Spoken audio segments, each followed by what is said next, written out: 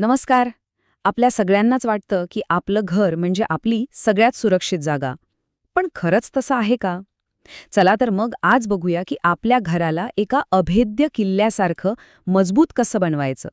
यासाठी आपण काही एकदम ठोस आणि प्रॅक्टिकल उपाय समजून घेणार आहोत. बघा, प्रॉब्लेम इथेच होतो. आपण गृहीत धरतो की आपलं घर सुरक्षित आहे आणि हीच विचारसरणी चोरांना एक प्रकारे आमंत्रणच देते. खरं तर अनेकदा आपल्याच छोट्या छोट्या चुकांमधून त्यांना संधी मिळते. पण घाबरण्याचं कारण नाही, कारण ह्या चुका आपण सहज टाळू शकतो. फक्त थोडं सतर्क राहण्याची गरज आहे. तर घरातली सुरक्षा म्हणजे काय? ती एका सरळ रेषेत नसते. ती असते कांद्यासारखी, एकावर एक थर, लेयर्समध्ये. आपण अगदी याच पद्धतीने विचार करणार आहोत. घराच्या कंपाऊंडपासून सुरुवात करून थेट घरातल्या शेवटच्या सुरक्षित जागेपर्यंत. या 5 टप्प्यांमध्ये आपण सगळं कव्हर करूया. ठीक आहे, तर सुरुवात करूया पहिल्या भागापासून. सुरक्षित आश्रयस्थानाचा भ्रम म्हणजे नक्की काय? तर आपल्या मनात सुरक्षेबद्दल जे काही गैरसमज आहेत ना, ते आधी दूर करायला हवेत. हे वाक्य बघा. आपल्याला वाटतं माझं घर एक सुरक्षित आश्रयस्थान आहे, कोणीही आत येऊ शकत नाही. पण ते चुकीचं आहे. एकदम परफेक्ट. हा जो एक फाजील आत्मविश्वास असतो ना आपल्यात, तोच आपल्याला सगळ्यात जास्त धोक्यात आणतो. त्यामुळे ही मानसिकता बदलणं हाच सुरक्षेचा पहिला आणि सगळ्यात महत्त्वाचा धडा आहे असं म्हणायला हरकत नाही. चला आता थिअरी बस झाली. प्रत्यक्ष कृतीकडे वळूया. आपला दुसरा विभाग आहे परिसराची सुरक्षा, म्हणजे चोराला घराच्या आत सोडा, कंपाऊंडच्या आतच येण्यापासून कसं रोखायचं ते बघूया. हे मुद्दे खूप साधे वाटतील पण खूप प्रभावी आहेत. विचार करा, घराच्या आजूबाजूला जर झाडं-झुडपं नसतील तर चोराला लपायला जागाच उरणार नाही. सगळीकडे भरपूर लाईट्स असतील तर अंधाराचा फायदा घेताच येणार नाही. आणि मुख्य गेट जर खिडकीतून दिसत असे तर त्यावर कायम नजर राहील. सगळ्यात महत्त्वाचं, गेटवरचा अलार्म, जो वाजताच सायरन आणि लाईट दोन्ही सुरू होतील. म्हणजे काय, तर चोर आत पाऊल ठेवण्याआधीच सगळ्यांना अलर्ट मिळेल. हे म्हणजे त्याच्यासाठी एक मोठं स्टॉप सिग्नल आहे. ओके, तर आपण घराचा परिसर सुरक्षित केला. आता पुढचा थर म्हणजे आपलं घर. विभाग 3 मध्ये आपण बघूया दरवाजे आणि खिडक्या कशा मजबूत करायच्या.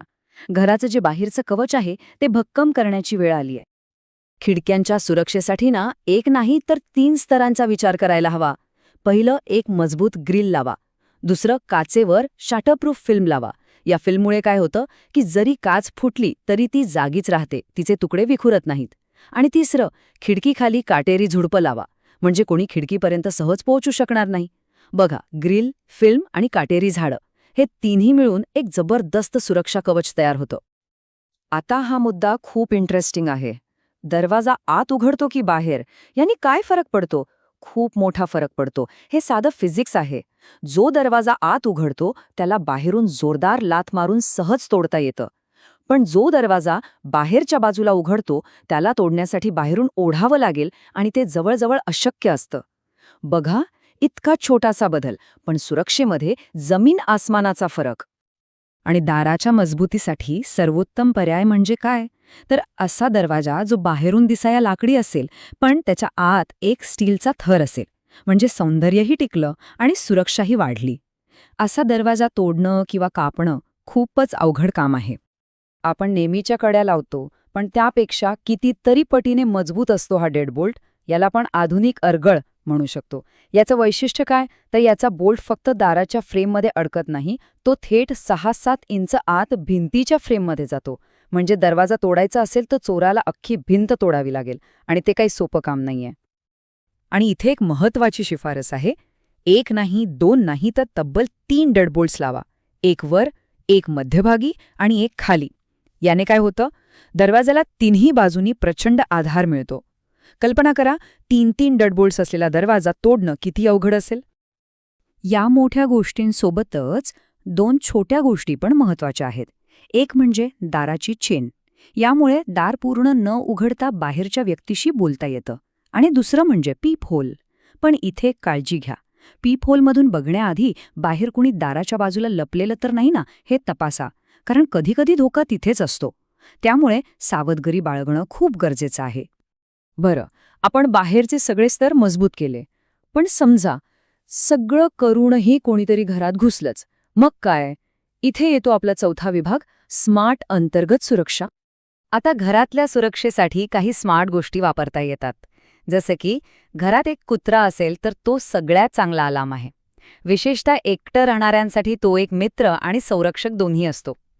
याशिवाय खिडक्या दारांना मोशन सेन्सर्स लावता येतात, म्हणजे कोणीही तिथे येताच तुम्हाला अलर्ट मिळतो.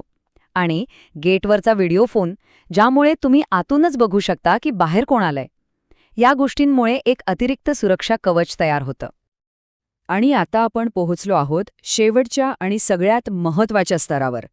विभाग 5. अंतिम संरक्षणाची तयारी. जेव्हा सगळे उपाय अयशस्वी ठरतात आणि धोका थेट घरात येऊन पोहोचतो, तेव्हा काय करायचं? इथे संकल्पना आहे सेफ रूमची. म्हणजे घरातलीच एक अशी खोली जिला आपण आपला शेवटचा किल्ला बनवू शकतो. जर घरात कोणी घुसखोर शिरलाच तर त्या खोलीत जाऊन स्वतःला बंद करून घ्यायचं आणि तिथून मदतीसाठी संपर्क साधायचा. हा एक प्रकारे आपला शेवटचा आणि सगळ्यात मजबूत बचाव असतो. आणि या सेफ रूमला सुरक्षित काय बनवतं? तर तिचा दरवाजा. यासाठी तेच नियम लागू होतात जे आपण मुख्य दरवाजासाठी बघितले.